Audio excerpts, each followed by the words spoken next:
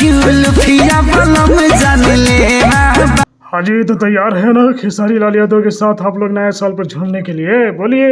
देखिए, अखिलेश कश्यप मूड में आ चुके हैं और कहे हैं कि सारे गमों से आएगा हिट मशीन खेसारी लाल यादव का बवाल गाना।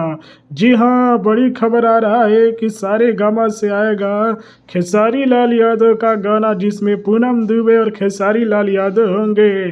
और देखिए, खेसारी लाल यादव के हाथ में मुर्गा है। जी हाँ दोस्तों, यानी कि कुछ ना तो बवाल जरूर गाना आने वाला है और डांस भी देखने को मिलेगा और अलग होगा गाना।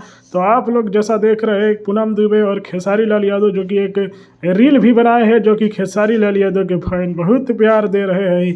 वहीं पर बता दो दोस्तों आप लोगों को कि दढ़िया बढ़िया लागेला 10 मिलियन से ज़्यादा का व्यूज है।